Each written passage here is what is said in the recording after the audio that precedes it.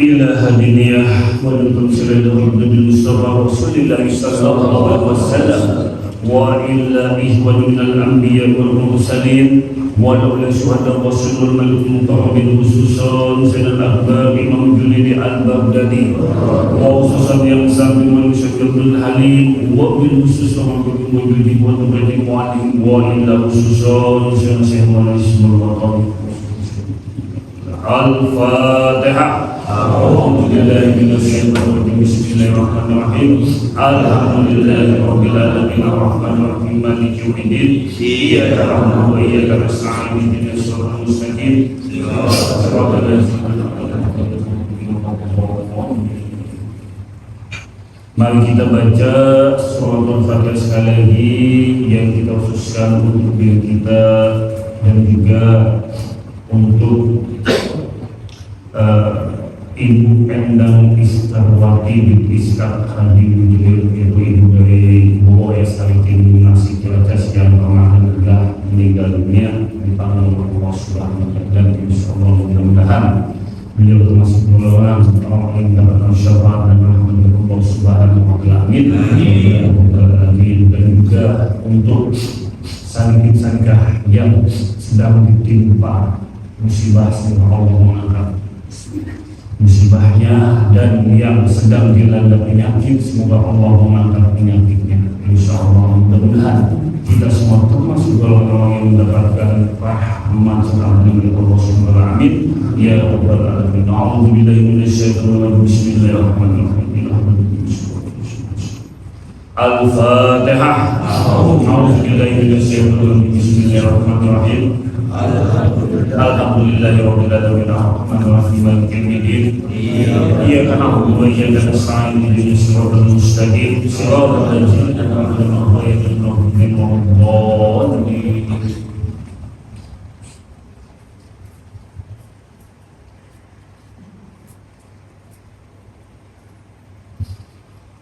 Assalamualaikum warahmatullahi wabarakatuh. Alhamdulillahilladzi karrama bani Adam wa astafa minhumul ulama wa akhraja minhumuz zuhada wal hukama wal kurama wa faddala minhumul arifina billahi wa sifati wal asma wa allaghum lazzatal mahabbati wa haqiqatal asya'i minal ardi was sama.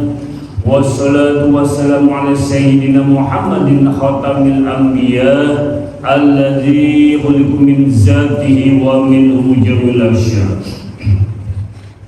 wa ala alihi wa ashabihi sadatil awliya wa ala tabi'in wa tabi'in tabi'il lisan illa yaumil jazah.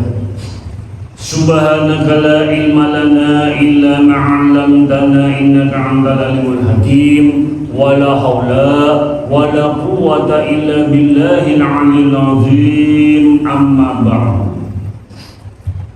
Masyarakat salikin dan sarikah, kaum bapak dan kaum ibu, jamaah pesantren Akmaliyah, saudara-saudaraku semuanya, baik yang hadir di majelis hakikat ini maupun yang mendengarkan di lingkungan pesantren Akmaliyah, dan juga baik yang mendengarkan melalui audio maupun video streaming Akmaliyah. Insyaallah mudah-mudahan di malam hari ini kita senantiasa selalu mendapatkan limpahan rahmat berkat serta hidayah dari Allah Subhanahu wa Ta'ala. Amin ya rabbal alamin. Marilah kita kembali kita mengkaji kitab Hikam Ibnu Athaillah, di mana kita masih membahas yaitu tentang hikmah. Di sini mu'alif menjelaskan yaitu la tastaghrib buku al-aqdari ma dunta fi hadhihi al-zari fa innaha ma aqrazat ila ma huwa mustahiqu wasfiha wa wajibun na'qiha. Itu ialah jangan merasa aneh atau takjub dengan terjadinya berbagai macam penderitaan selama engkau masih hidup di dunia, karena memang dunia hanya akan menampakkan apa yang mesti ditampakkan. Nah, di sini boleh menjelaskan pada kajian yang lalu yang telah kita jelaskan bahwa kami telah menjelaskan bahwa jangan merasa takjub atau heran dengan berbagai macam bentuk penderitaan-penderitaan yang ada di dunia. Memang kita masih hidup di dunia. Oleh karenanya jangan merasa takjub dengan berbagai macam penderitaan. Oleh karenanya di sini ialah mulai menjelaskan dunia itu menampakkan apa yang menjadi sifat aslinya. Apa sih menjadi sifat asli dunia? Dunia itu kan tempat yang disebut ialah dunia itu tempat yang dimana tempat memperdayakan. Dunia itu tempat atau penuh dengan tipu daya. Dunia itu adalah sebagaimana Nabi besar kita Muhammad SAW menjelaskan ialah ad-dunya mal'unatun mal'unun ma fiha illa dzikrillah al-akhir. Jadi dunia itu adalah laknat, dan siapa yang ada di dalamnya maka ia ikut terlaknat. Ila kecuali siapa? Itu orang-orang yang senantiasa ingat kepada Allah Subhanahu wa taala. Jadi jangan merasa heran, karena memang semua yang ada di dunia itu akan binasa. Semua yang ada di dunia itu akan sirna. Kulluman alaihi fan, kulluman alaihi fan, wa yabqa wajh rabbika dzul jalali wal ikram. Semua yang ada di dunia akan sirna, akan binasa. Hakikatnya tidak ada yang ada di dunia, tidak ada, tidak nampak. Yang kita lihat hanya wajah Tuhanmu yang memiliki kemuliaan, yaitu Allah Subhanahu wa taala. Jadi jangan merasa takjub, jangan merasa heran apabila memang dunia itulah penuh dengan berbagai macam penderitaan-penderitaan. Karena memang kita hidup di dunia. Oleh karenanya sikapi dengan tawakal, qanaah, menjadi sifat yang sabar.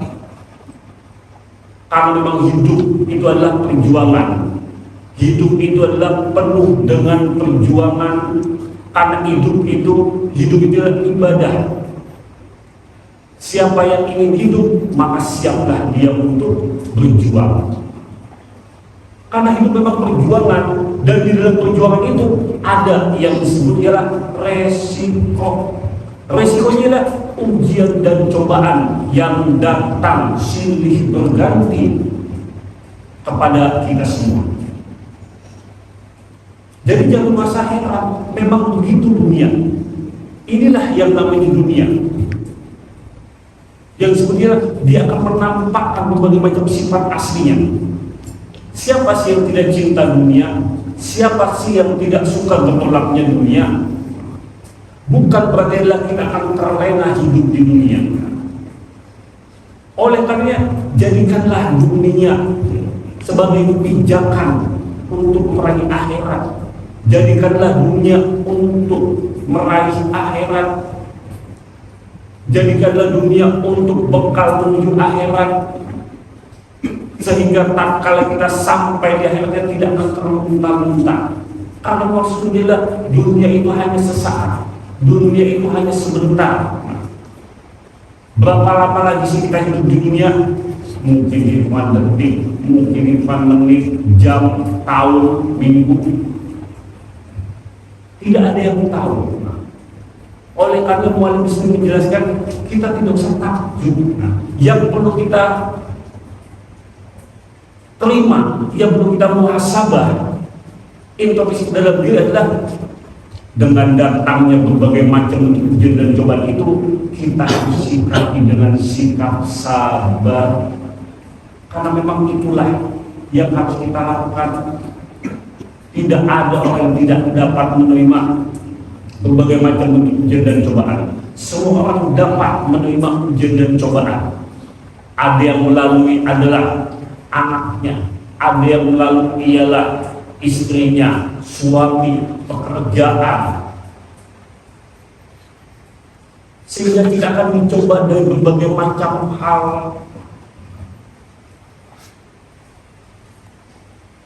Sehingga Allah menjelaskan walanabluwannakum bisyai'in minal khawfi wal ju'i wa naqsin minal amwali wal anfusi was-samawati, dan akan kami uji dengan berbagai macam bentuk ujian dan cobaan, mulai dari rasa takut, mulai dari kekurangan, kelaparan, kekurangan harta benda, jiwa dan ruang, semua itu akan kita mendapatkan ujian. Benar, itulah 5 pokok selama kita masih hidup di dunia. 5 pokok itu tidak akan pernah lepas dari kita, karena Allah akan memberikan berbagai macam ujian itu, sehingga disikapi dengan sabar. Innallaha ma'as-sabirin, bahwa sungguhnya Allah beserta dengan orang-orang yang sabar. Orang yang bertawakal mempunyai sifat di dalam dirinya, di dalam hatinya, sifat sabar. Oleh karenanya di dalam mensikapi hidup berbagai macam bentuk penderitaan disikapi dengan sabar. Sabar dimaksud ialah bukan sabar pasif, melainkan sabar dalam bentuk aktif. Tatkala seseorang mendapatkan ujian dan cobaan dalam bentuk kekurangan harta benda, dia aktif. Sabarnya sabar aktif, di mana ada usaha dan ikhtiar untuk meraih dunianya, atau untuk meraih pekerjaan, atau untuk meraih mendapatkan harta benda. Jadi orang yang sabar dalam kategori miskin, orang yang miskin dia bersabar itu dengan dia bekerja. Sabarnya orang bodoh, dia tekun belajar, itu adalah sabarnya aktif. Kenapa Allah menyebutkan ya ayyuhalladzina amanu ista'inu bis-sabri was-shalah? Wahai orang yang beriman, jadikanlah sabar dan sholat sebagai penolong. Innallaha ma'as-sabirin. Kenapa yang ditanggil sabar dahulu, lalu kemudian sholat? Bukan sholat dulu baru sabar. Ini kan ada rahasianya. Contoh yang sederhana sekali. Tatkala di dalam suatu keadaan, ialah sabar itu maksud ialah sabar aktif. Tatkala kita di suatu tempat, anggaplah di daerah pegunungan yang dingin sekali, tatkala kita hendak sholat subuh, sabarnya orang yang aktif, dia bangun subuh, lalu dia adalah dingin-dingin walaupun dia mengambil air wudhu, lalu dia sholat. Inilah yang bisa aktif di dalam ibadah. Begitupun orang yang ingin ialah menunaikan ibadah, sedekah, infak, zakat. Walaupun dia tidak mempunyai harta benda, tapi dia ada sabar di dalam dirinya untuk mencapai target, yaitu berinfak, berzakat, dan bersedekah. Dia tentunya giat bekerja. Hasil yang diterima ialah menyisihkan sebagai hasilnya untuk kewajibannya itu menunaikan zakat. Inilah yang dimaksud mu'alif. Nah, sekali lagi ialah kita jangan heran, kita jangan ialah takjub bahwa memang dunia itulah penuh dengan penderitaan. Memang dunia itu akan menampakkan wujud aslinya, sifat aslinya. Oleh karena kita mementingkan wilayah akhirat kita daripada wilayah dunia. Bukan berarti adalah maksudnya bukan berarti adalah kita dalam meninggalkan dunia, tetapi jangan lupakan bahagia kita adalah hidup di dunia. Yang bekerja tetaplah bekerja mengais rezeki, yang berdagang tetaplah berdagang mengais rezeki. Jadikanlah pekerjaan, dagangan, atau apapun yang menghasilkan itu semata-mata bekal untuk ibadah pada Allah Subhanahu wa Ta'ala, bekal untuk hari akhir, bekal untuk menuju pada akhirat. Ya, nah, jadi itu. Oleh karena di sini mulai menjelaskan Itu 3 hal bagi manusia, yaitu 3 perkara. Yaitu yang pertama ialah yaitu benar wilayah lahiriah, yaitu milik Allah, dan wilayah ruhaniyah atau batinnya itu juga milik Allah. Sedangkan wilayah yaitu yang harta benda itu milik ahli waris. Dan pada hakikatnya wilayah lahiriah, nafsaniyah, ruhaniyah semua adalah milik Allah Subhanahu wa taala. Ada milik harta benda itu adalah milik ahli waris. Nah, ya, itu pada pagi yang lalu kita sudah bahas. Nah, sekarang adalah kita masuk pada hikmah yang selanjutnya, yaitu situ boleh menjelaskan mata waqaf famat labun anta qalibu bi rabbika wala yatasharramat labun anta qalibu bin nafsi. Apa yang kamu minta tak akan terhalang selama kau meminta kepada Allah Subhanahu wa taala. Namun apa yang kau minta tak akan datang selama engkau mengandalkan dirimu sendiri. Jadi apa yang engkau minta tidak akan berhenti selama engkau hanya minta kepada Allah Subhanahu wa taala. Namun apa yang engkau minta tidak akan datang selama engkau meminta selain kepada Allah atau mengandalkan dirimu sendiri. Jadi situ mulai jelas menjelaskan jelas sebagaimana permintaan dalam bentuk doa. Apa sih? Qala rabbukum ud'uni astajib lakum. Mintalah kepadaku, kata Allah, niscaya aku terkenankan. Selama kita meminta kepada Allah tidak akan terhenti. Tetapi sebaliknya akan terhenti apabila kita meminta sesuatu selain daripada Allah Subhanahu wa taala dengan katalah mengandalkan kekuatan diri. Yang dimaksudnya mintalah. Intinya kita meminta kepada Allah Subhanahu wa taala. Minta secara pasrah bongkoan, menyerahkan segala sesuatunya pada Allah. Tidak ada identitas apapun di dalam diri kita. Niscaya Allah akan mengabulkan apa yang menjadi permintaan kita. Tetapi apabila kita meminta sesuatu kepada Allah dengan kekuatan diri kita, ini yang jadi persoalan. Karena dengan kata lain kita mensejajarkan dengan kehendak Allah. Contoh, mintalah apa yang sesuai dengan kemauan kita. Dengan kemauan, maksudnya dengan yang sejalan dengan Allah. Siapa sih yang tidak ingin mempunyai ada rumah, tempat tinggal yang layak? Mintalah kepada Allah, ya Allah, berikanlah aku rumah. Tetapi apabila rumah itu baik untukku, baik untuk keluargaku, baik untuk perjalanan pada Allah, pada dirimu, maka kamu kamulah. Apabila tidak, maka tidak atau tidak sama sekali. Begitu juga apabila kita ingin meminta sesuatu, meminta jodoh. Contohnya bagi yang jomblo, yang belum nikah, ya Allah, berikanlah aku istri yang baik.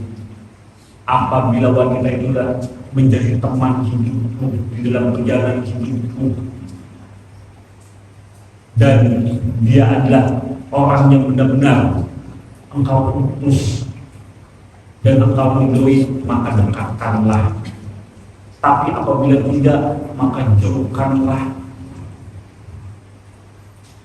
Jadi inilah semacam doa di dalam meminta kepada Allah Subhanahu wa taala.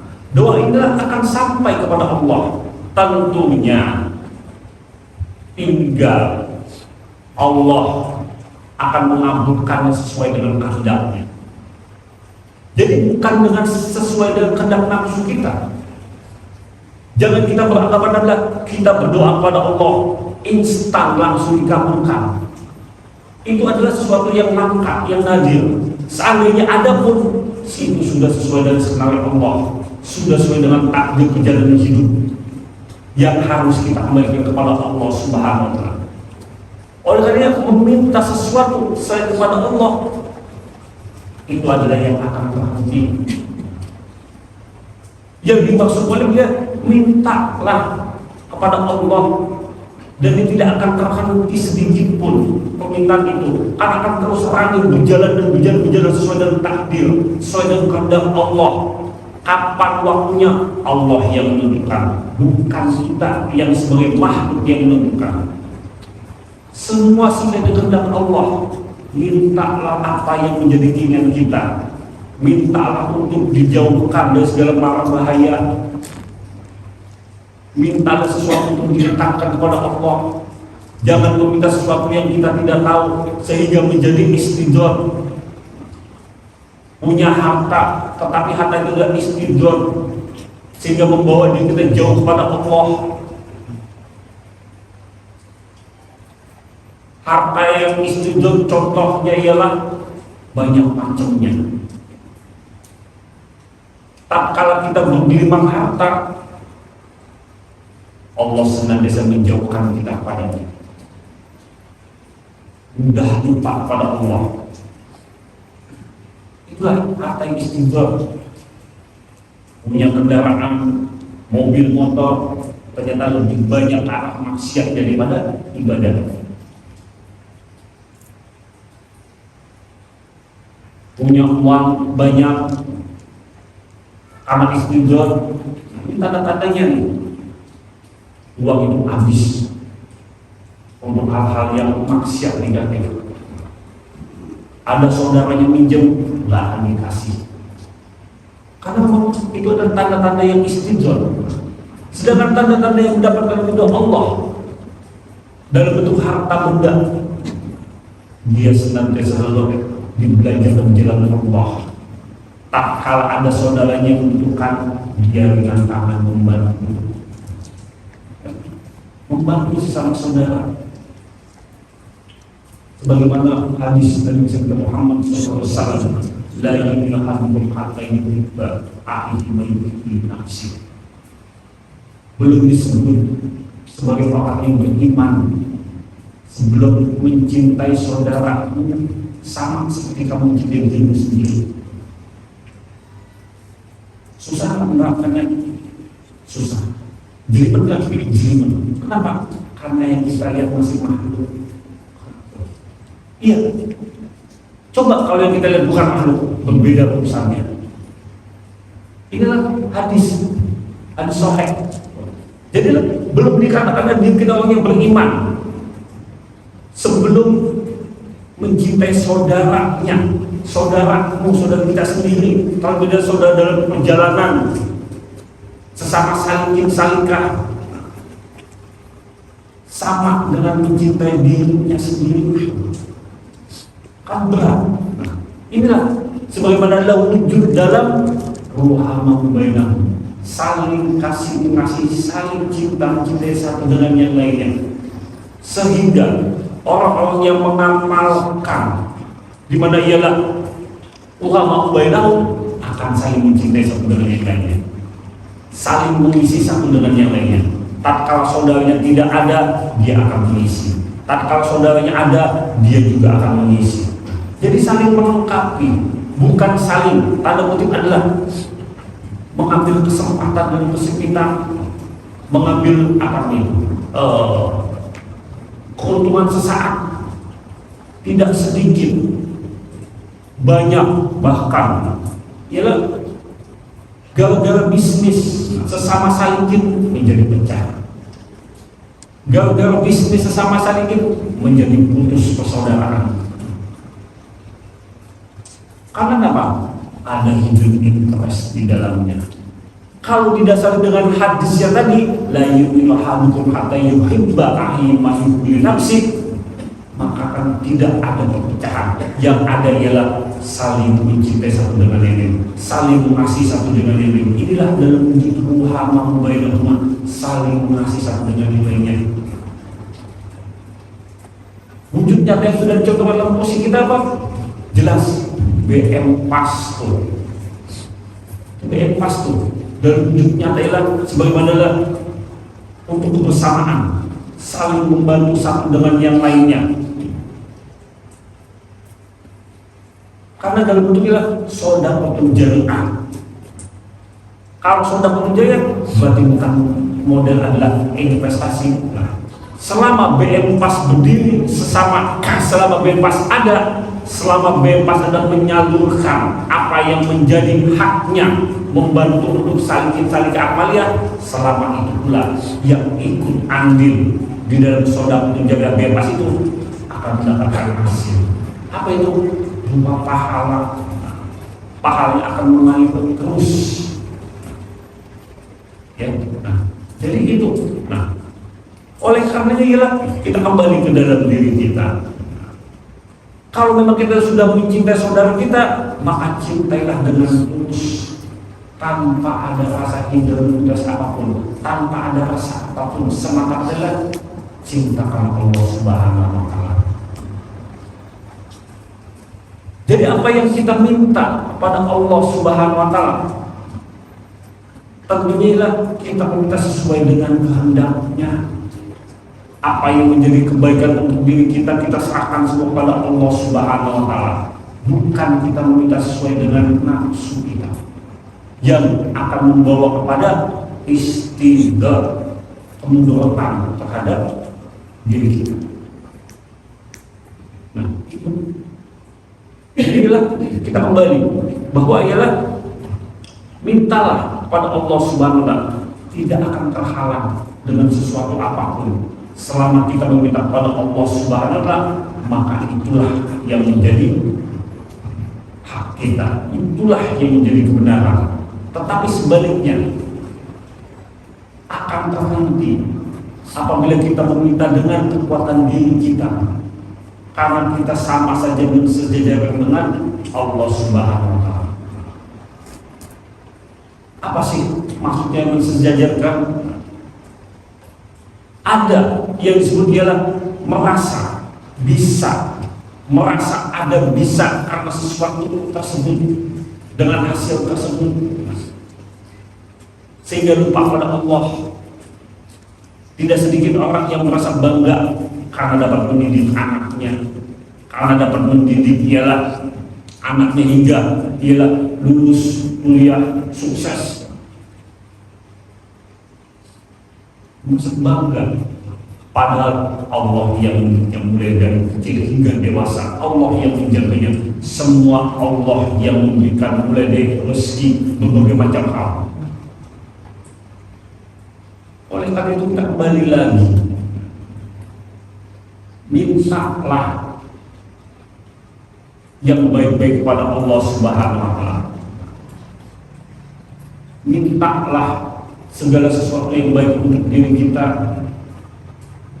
Mintalah apapun yang penting untuk kebaikan diri kita, terutama yang terhindar dari huru-hara akhirat, malapetaka akhirat. Mintalah dalam bentuk kebaikan dunia dan kebaikan akhirat, yang dimaksudnya dalam bentuk keselamatan, baik keselamatan dunia dan keselamatan di akhirat. Ini yang tidak akan terhenti karena semata kita meminta kepada Allah Subhanahu wa Ta'ala. Tetapi apabila kita meminta kepada selain Allah, atau kita mensandarkan segala sesuatu untuk kepentingan diri kita,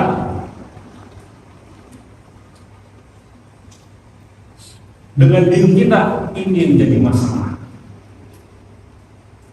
Sebagaimana ialah contoh, di hikmah yang pertama, di sini ialah di hikam yang pertama, ya, min alamatul iman di alul amal sunnah terjadi di wujudul jalan.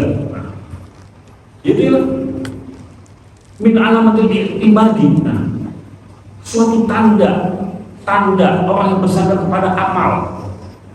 Tatkala ia tidak mendapatkan apa yang sesuai yang dicita-citakan, yang ada ialah menjadi terputus asa, yang ada ialah rasa kecewa. Karena apa? Karena disandarkan dengan amal. Berbeda orang yang menjandarkan hanya pada Allah Subhanahu wa taala, meminta kepada Allah dari bentuk apapun. Sesuatu apapun yang kita sandarkan pada amal, apabila tidak sesuai dengan yang diinginkan, maka akan menuju rasa kecewa, maka akan melihat rasa putus asa. Sudah kita bahas pada kajian yang lalu. Contohnya ialah sederhana, orang yang bersandar kepada amal, dia sibuk beribadah. Apa contohnya? Dia mengharapkan dalam ibadahnya, contoh setiap hari dia puasa Senin Kamis untuk mencapai tujuan. Apa itu? Contohnya naik pangkat, naik jabatan, naik gaji. Ternyata karena dia mensandarkan kepada amal, ternyata Allah membaliknya dalam ujian dan cobaan. Bukannya naik pangkat atau digaji, malah di PHK.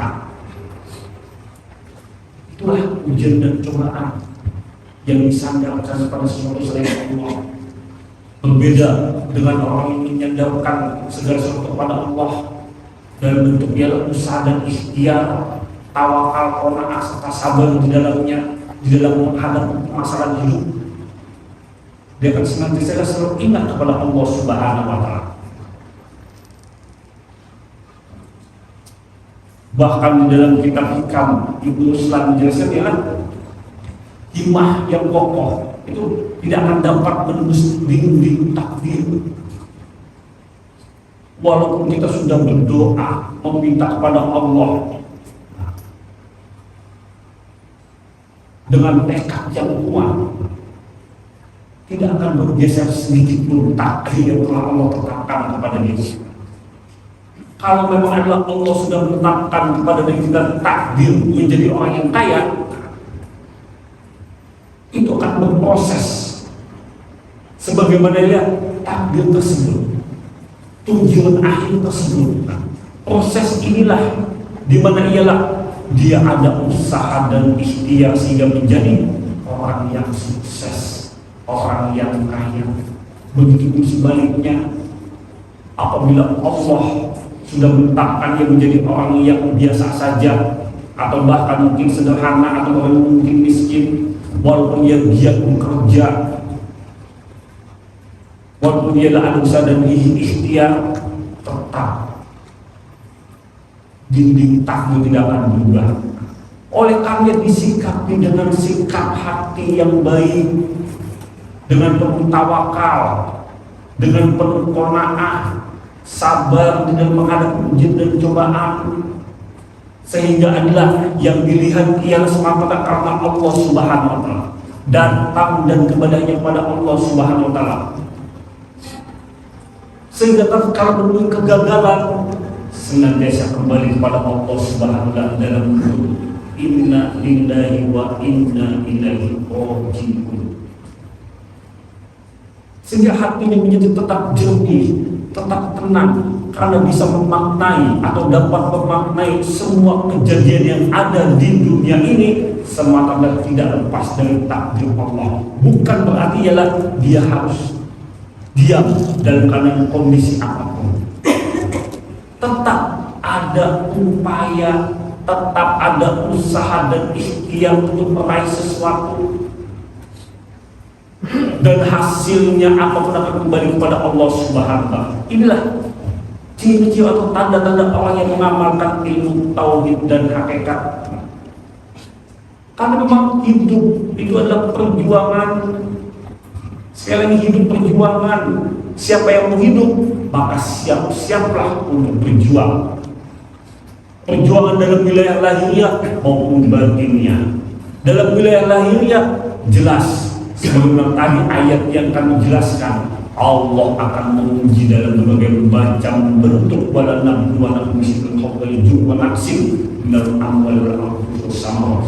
Allah akan menguji di dalamnya itu dan 5 bentuk rasa takut, kelaparan, kurang harta benda, jiwa, dan buah-buahan atau hasil yang didapat. Allah akan menguji itu semua dalam bentuk lahiriah. Apa yang ada di dunia itulah yang akan Allah uji. Sedangkan dalam bentuk batiniah, tentu sebagaimana Nabi besar Muhammad SAW tatkala ditanya oleh sahabat, ya Rasulullah, apakah ada perang yang lebih besar dari ini? Rasulullah menjawab, ada. Apa itu? Jihadul akbar. Perjuangan yang paling besar ialah jihadul nafs, perjuangan melawan hawa nafsu. Jadi dalam wilayah lahiriah dan batinnya kita tetap sama-sama berjuang. Di dalam wilayah lahiriah kita berjuang dengan didasarilah sikap tawakal kepada Allah hingga mempunyai sifat sabar di dalam menghadapi ujian dan cobaan. Nah, di dalam wilayah batinnya kita berjuang melawan hawa nafsu yang ada di dalam diri kita. Inilah yang jihadul akbar, jihadul nafs. Sehingga orang yang berjuang di jalan Allah, baik dalam wilayah lahiriah maupun batinnya, nah, kedua-duanya tak kalah menemui ajal atau kematian, matinya dalam keadaan syahid. Matinya bukan mati jahiliyah atau bukan mati orang jahiliyah, melainkan matinya mati dalam keadaan syahid. Kenapa? Karena hakikatnya ia selalu berjuang di jalan Allah, baik dalam bentuk lahiriah tak kalah menghadapi berbagai macam ujian dan cobaan, permasalahan, senantiasa kembali kepada Allah, senantiasa sabar.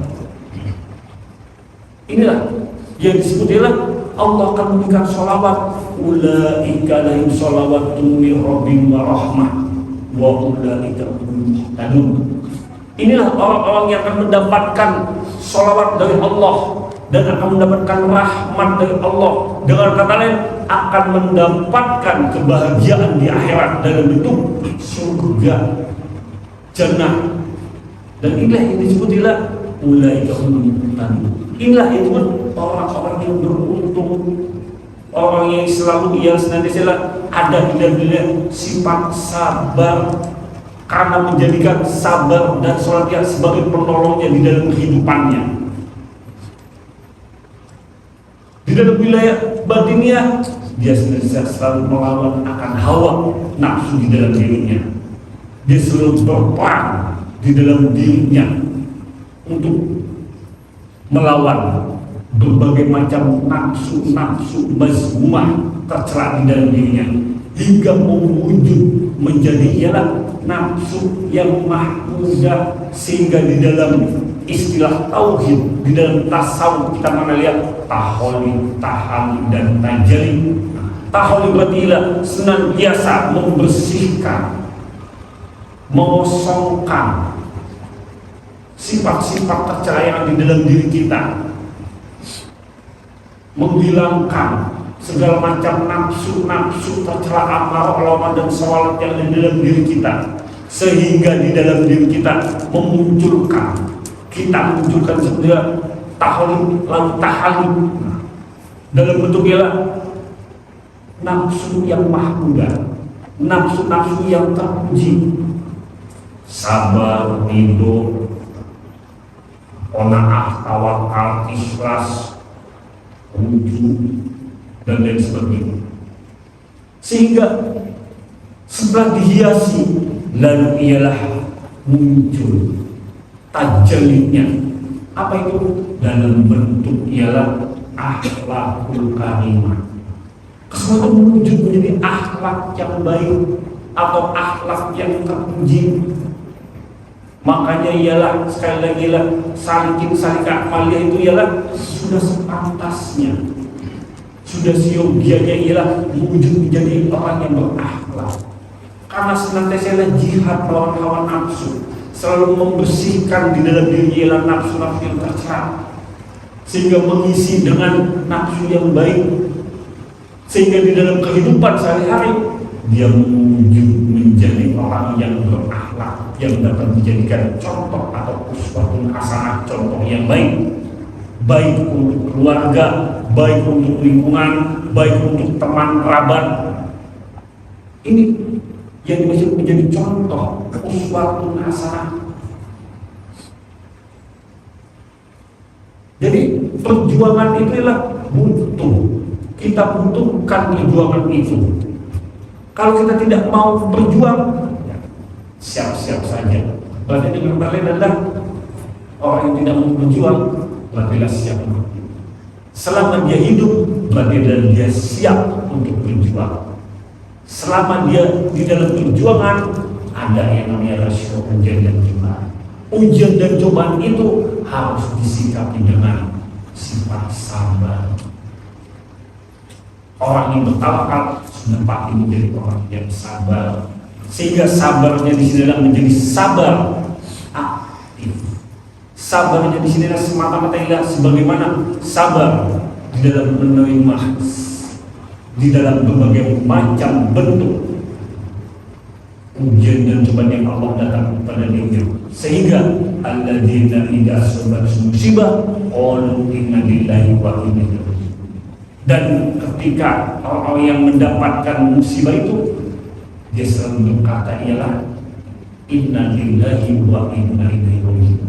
Jadi semata-mata mengembalikan semua kepada Allah Subhanahu wa taala, baik datang dan pergi hanya pada Allah Subhanahu wa taala. Ini ya, saya tulis karena masih jelas ya. Pada hikmah yang selanjutnya, yaitu sini mulai menjelaskan min alamatul nujhi fil nihayati min nihayati ruju' illa Allah fil bidayah. Di antara tanda keberhasilan di akhir adalah kembali kepada Allah di awal. Nah, di sini mulai menjelaskan yaitu min alamatil nujhi bin nihayatir ruju' ila Allah fil bidayah. Itulah tanda-tanda keberhasilan sebuah perjuangan di akhir perjuangan ialah adalah kembali kepada Allah di awal. Nah, maksudnya lah menyerahkan. Itu perjuangan dari awal itu kepada Allah hingga akhir perjuangan. Jadi orang yang berjuang, tanda-tandanya yang menemui sebuah keberhasilan itu selalu menyerahkan di awal perjuangan itu hanya pada Allah Subhanahu wa taala. Maksudnya lah, pertama ialah dengan sikap yang sebetulnya tawakal. Apa itu tawakal? La haula wa la quwata illa billahil azim.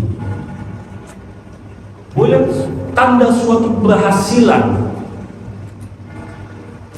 yaitu ialah di akhir kembali kepada Allah di awal. Maksudnya apapun yang ia laksanakan di dalam kegiatannya di awal selalu dimulai dengan doa, dengan niat semata-mata karena Allah Subhanahu wa taala.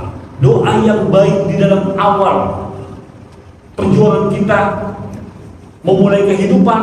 Contoh, tatkala kita hendak keluar rumah bekerja, kita selalu berdoa, meniatkan segala doa itu dengan Bismillahi tawakkaltu 'alallah la haula wa la quwwata illa billah. Dengan nama Allah aku bertawakal kepadamu ya Allah. Memang sungguh tidak ada daya dan upaya. Segala daya dan upaya itu hanyalah milik Allah. Jadi maksudnya itu. Nah, sebagaimana ialah di dalam sebuah hadis, innama a'malu binniyat. Segala sesuatu dimulai dari niatnya. Apa yang jadi niat itulah yang akan dinilai. Orang yang meniatkan dengan suatu kebaikan, maka akan menemui akhir menjadinya sebuah kebaikan. Orang yang memulai dengan niat keburukan, maka akan menemui akhir keburukan. Tetapi bagi orang-orang yang memulakan atau memulai segala sesuatu itu ialah semata-mata niat karena Allah, niat bekerja karena Allah, cari rezeki karena Allah, semata-mata dalam bentuk ibadah karena Allah, seraya berdoa di setiap nafasnya, di setiap langkah kehidupannya, dia selalu berdoa Bismillahirrahmanirrahim wala haula wala quwata illa billah. Ini dalam bentuk tawakal, sehingga akan mendapatkan akhir yang sesuai. Nah, apa itu? Sebuah keberhasilan. Jadi dimulai dengan tawakal. Orang yang bertawakal tentunya mempunyai sifat sabar. Inilah. Nah, lalu Mu'allim menjelaskan, man asraqat bidayatuhu asraqat nihayah. Siapa yang bersinar di awal akan bersinar pula di akhir. Nah, maksudnya siapa yang meniatkan awal yang baik dengan iman, dengan kebaikan, maka akan menemui akhir dengan kebaikan pula. Jadi siapa yang memulai dengan iman atau kebaikan akan memulai dengan kebaikan. Oleh karenanya meniatkan segala sesuatu itu untuk kebaikan. Apa yang kita niatkan segala sesuatu untuk kebaikan. Kita meniatkan apapun untuk kebaikan semata-mata karena Allah. Contohnya kita memulai niat yang tadi kami jelaskan, niat membantu saudara semata-mata karena ibadah, dan di akhir akan mendapatkan dalam bentuk yang reward, pahala, bisa jadi mendapatkan sebuah anugerah dari Allah karena memang meniatkan segala sesuatu itu niat karena Allah baik, sehingga akan mendapatkan hasil yang sesuai karena Allah pula. Sekarang kita masuk ke dalam wilayah diri salikin. Di sini mulai menjelaskan man asraqat bidayatul asraqat nihayah. Nah, itu apa yang dimulakan maka akan bersinar pula pada akhirnya. Contohnya dalam seorang diri salikin, sebagaimana ialah Allah menjelaskan, itu ialah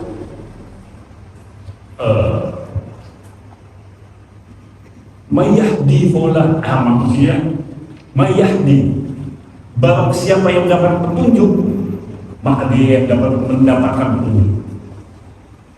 Barang siapa yang tidak mendapatkan petunjuk maka dia tidak akan diperjumpakan dengan yang disebut ialah waliyul muslimin. Jadi seorang pejalan, seorang salikin, dia akan mendapatkan petunjuk untuk berjalan menuju kepada Allah Subhanahu wa Ta'ala.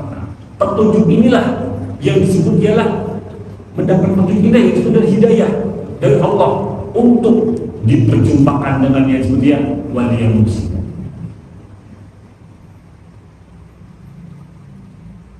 Sedangkan di dalam awalnya, yang disebut dalam hidayah awal permulaan, tentunya berproses sebagaimana ya qul innama ana basharun mislukum yuha ilayya annama ila wahid faman kana yarju liqa'a rabbih falyamal amalan shalihan wa la yusyrik bi ibadati rabbih ahad.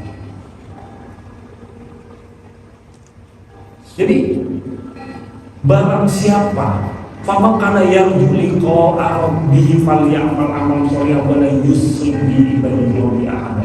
Barang siapa yang hendak mengharapkan perjumpaan dengan Tuhannya, maka hendaklah beramal soleh dan tidak syirik di dalam ibadahnya, walau dengan seorang doa.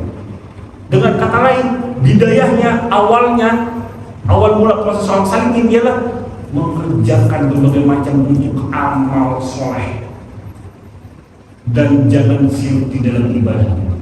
Setelah diperjumpakan dengan seorang yang sebenarnya waliyul mursyida, maka seorang waliyul mursyida tersebut akan menghantarkan seorang salikin itu menuju pada Allah dengan ilmu, dengan amal, sehingga ilmu dan amal yang diperoleh itu amalkan dalam bentuk ibadah amal soleh, baik amal soleh dalam ibadah ritual maupun ibadah sosial, dan yang utama ialah wala yusrik bi ibadati rabbi ahad, dan jangan syirik dengan seorang juga pun. Ini adalah awal, ya sebutlah apabila bersinar di awal, sehingga akan bersinar pula pada akhirnya atau nihayahnya.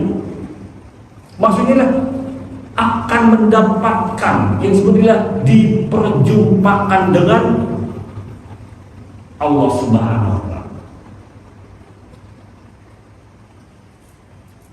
Jadi kan jelas seorang salikin yang bersungguh-sungguh berjalan kepada Allah Subhanahu wa Ta'ala akan memulai dari awal, akan diawalkan atau memulai. Ya sebenarnya awal tersebut ialah dengan mengerjakan berbagai macam bentuk amal soleh, amal ibadah atau kebajikan, baik dalam bentuk ritual maupun ibadah sosial, semata-mata hanya karena Allah dan tidak syirik di dalam ibadahnya, sehingga nihayahnya akan bersinar di akhir dalam bentuk ialah akan berjumpa dengan Allah Subhanahu wa Ta'ala. Dengan kata lain ialah ma'rifah abdi wa rabbi. Ma'rifah ya kan? Orang yang ma'rifah, tentu ma'rifah itu bertingkat-tingkat. Ma'rifah itu berbeda dengan liqa. Kalau ma'rifah berarti mengenal, liqa berarti sudah berjumpa. Kalau ma'rifah ada ma'rifah ilmi, ma'rifah ilmi, ma'rifatul haq dan ma'rifatul kamil. Kita ini secara tidak langsung setelah diberikan melalui mursyid kita dalam bentuk ilmu. Dalam kata secara tidak langsung kita semua sudah paham apa itu ilmu tauhid dan hakikat. Berarti dalam kata kita sudah paham apa itu ialah yang disebut ialah Allah dalam bentuk ilmu, pemahaman ilmu maksudnya. Dalam kata kita semua sudah paham, sudah makrifat bil ilmi dalam bimbingan seorang guru atau mursyid hingga naik ke tahapan selanjutnya, hingga ialah nihainya ialah diperjumpakan dengan Tuhannya. Itu. Jadi itulah sebagaimana siapa yang bersinar di awal, man asraqat bidayatu asraqat nihayah. Siapa yang bersinar di awal maka akan bersinar pula pada akhirnya. Inilah kalau kita ambil dari seluruh perjalanan nilai seorang salikin atau salika. Kalau kita ambil dalam sudut yang lain, tentu akan tidak jauh berbeda pemahamannya.